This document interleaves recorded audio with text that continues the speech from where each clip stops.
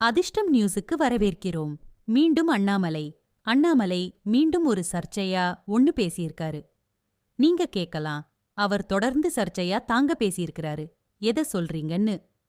ஒரு தனியார் தொலைக்காட்சியில பேசும்போது அதிமுக சொல்ற எல்லாத்தையும் நான் ஏத்துக்க முடியாதுன்னா, நான் சொல்ற எதையும் அவங்க ஏத்துக்கணும்னு கட்டாயம் இல்லைன்னான்கிறார். 2 பேரும் கூட்டணியா இருக்கும்போது இவர் மட்டும் இந்த மாதிரி ஒரு பேசுவது கூட்டணிய உடைக்கிற மாதிரி. தொடர்ந்து பழனிசாமி அவர்கள் ஜெயிக்கக்கூடாதுன்னு டிடிவி, ஓபிஎஸ், செங்கோட்டையன், அண்ணாமலை எல்லாம் பிளான் பண்றது டெல்லிக்கு தெரியும். என்ன பிளான்?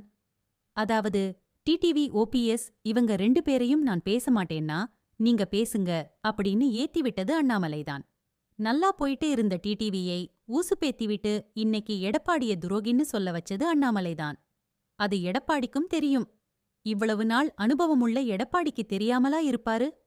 அதையும் மீறி இன்னொரு பக்கம் சபரீசன் அவர்களுக்கும் அண்ணாமலைக்கும் இருக்க கனெக்ஷன். தொடர்ந்து சபரீசனுக்கு வேண்டியப்பட்ட ஒரு முக்கியமான நபர்கிட்ட தொடர்ந்து தொடர்பில் இருக்கிறாரு அண்ணாமலை. இது டெல்லிக்கு தெரியும். அது மட்டுமல்லாமல் இவர் எம்பி எலெக்ஷனா நிக்கும்போது அப்ப நிறைய பேர்ட்ட இவர் பணம் வாங்குனது எல்லாமே அமித்ஷாவுக்கு தெரியும். இப்ப அவர் 9 கோடி மதிப்புள்ள பல வீடுகளைக் கட்டி ரியல் எஸ்டேட் நடத்துறார். கேட்டதுக்கு நான் ரியல் எஸ்டேட் நடத்தக்கூடாது என்கிறார். கொஞ்ச நேரத்துக்கு முன்னாடி பெரிய அளவுக்கு சொத்து வாங்கினார். அதற்கு திமுக அமைச்சர் மூர்த்தி பத்திரப்பதிவு இவருக்கு உதவி பண்ணார். இதெல்லாம் டெல்லிக்கு ரிப்போர்ட்டா போயிடுச்சு. கட்சி தூக்கினால் நல்லது. நம்ம அதாவது அண்ணாமலை, டிடிவி, ஓபிஎஸ் எல்லோரும் சேர்ந்து திமுகவுக்கு பலனா கொடுப்போம். சப்ரீசன் பெரிய அளவுக்கு ஃபண்டி பண்ண ரெடியா இருந்தாரு. இதையெல்லாம் தெரிஞ்ச டெல்லி மேலிடம் இன்னும் தூக்காம வச்சிருக்காங்க. டெல்லி இவரே இந்த அளவுக்கு யோசிச்சா டெல்லி எந்த அளவுக்கு யோசிக்கும்? இவரை கூட வச்சு பதவி எதுவும் கொடுக்காம தொண்டனாக இருக்கணும். அண்மையில மோடி வந்தபோது இவருக்கு தலையில ஒரு ஆசீர்வாதம் பண்ணாரு. வெல்டன் அப்படின்னு சொன்னாராம்.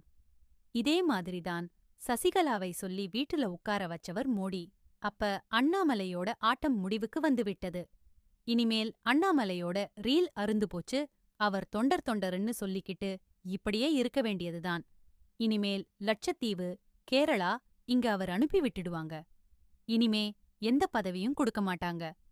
அண்ணாமலையோட அரசியல் எதிர்காலம் ஒருவேளை எடப்பாடி முதலமைச்சர் ஆயிட்டாருன்னா